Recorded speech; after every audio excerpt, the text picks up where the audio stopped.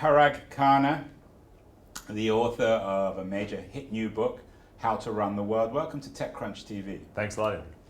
Parag, what's your point in the book? How are we supposed to run the world in our digital 21st globalized century?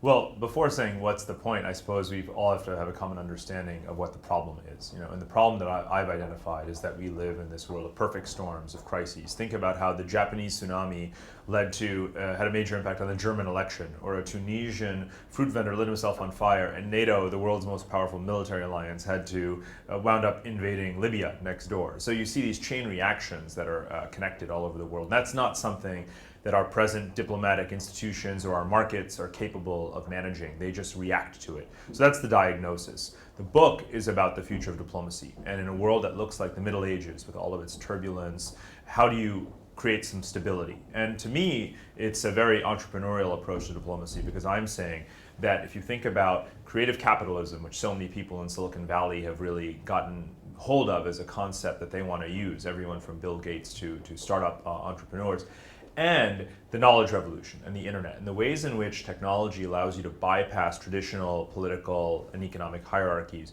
What you have are the two ingredients you need to create a world that is much more self-regulating and less dependent on centralized political authorities, whether it's Washington or the United Nations and things like that. So the book is really about how do you use these twin revolutions, creative capitalism, the internet, to make a much more stable world in which you can really represent yourself, whether it's companies, universities, NGOs, and governments. They all actually have their own voice, their own authority, their own approaches, and it's about learning the best, kind of creating a race to the top to find the best lessons to tackle global problems.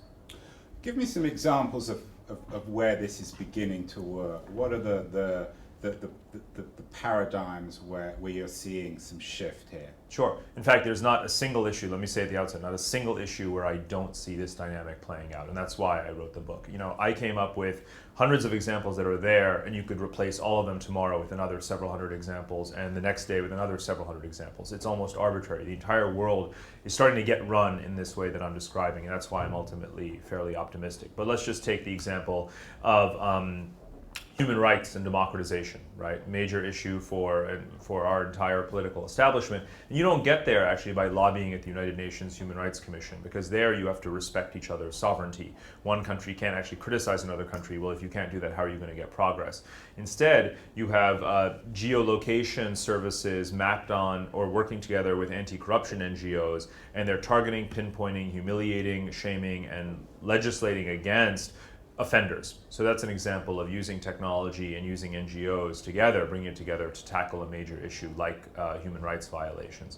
If you take poverty, the single greatest thing or human invention to tackle poverty in the last decades, or at least proceed or a technique, is microcredit and microfinance. And that didn't come from the United Nations or the World Bank. That came from the Grameen Foundation in Bangladesh.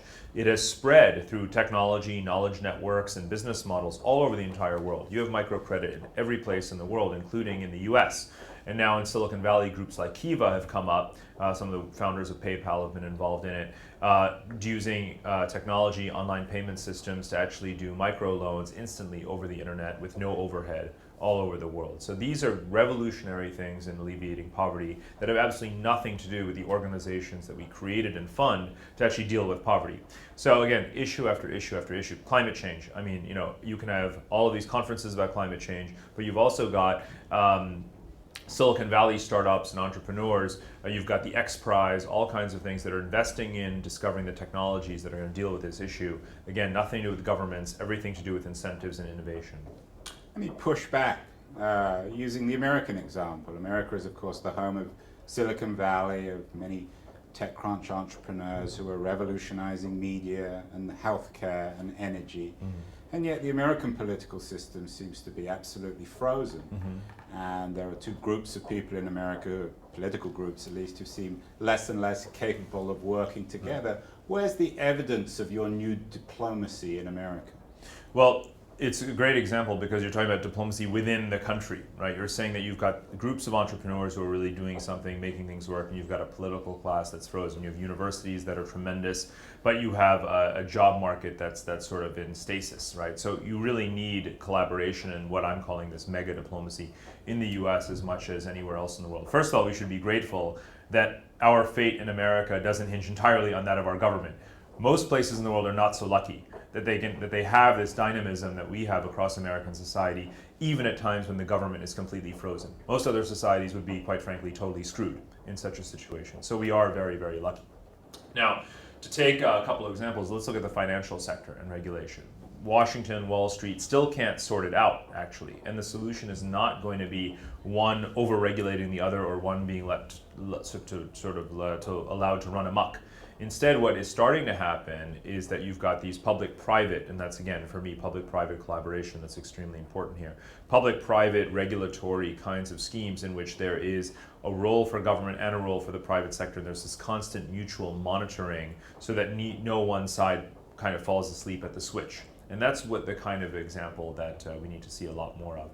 If you look at job creation, which is a top priority in the United States right now, it's going to have to come also from the kind of entrepreneurship that we see in Silicon Valley. Start new business startups, small businesses, and so forth that actually employ people, especially at a time when the large businesses have had to lay off a lot of workers. If you look at President Obama's Innovation Advisory Board, right, sort of the group that he's pulled together to help figure out how to actually create new jobs, whether it's green economy, IT, other areas, it's stacked with people from Silicon Valley because they're the ones who have actually done this. The government is not going to do this alone, no matter how much money Congress throws at the problem, if it throws any money at all, which it doesn't have anymore.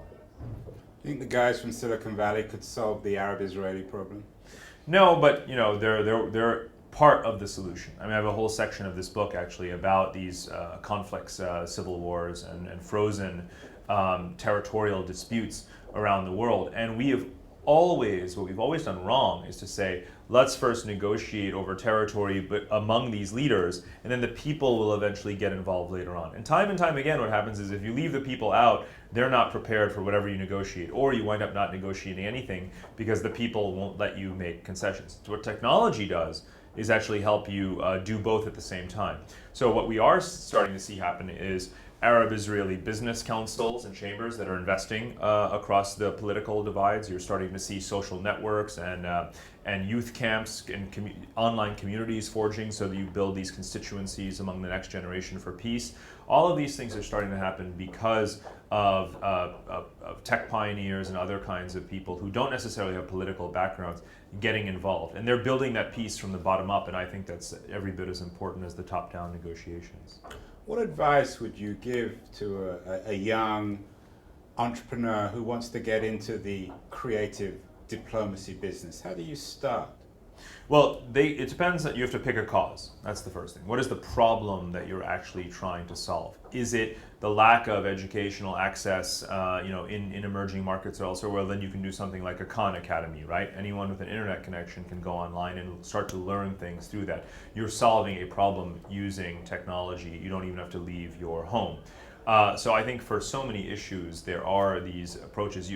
What you really learn the more you investigate this kind of field is that those with the means, particularly people with access to technology, in the United States, you almost have no excuse not to get involved in these issues because it is getting easier and easier. The barrier to entry is so low, and Khan Academy really actually proves that very well. Parag Khanna, the author of the hit new book, How to Run the World, thank you so much for appearing on TechCrunch TV.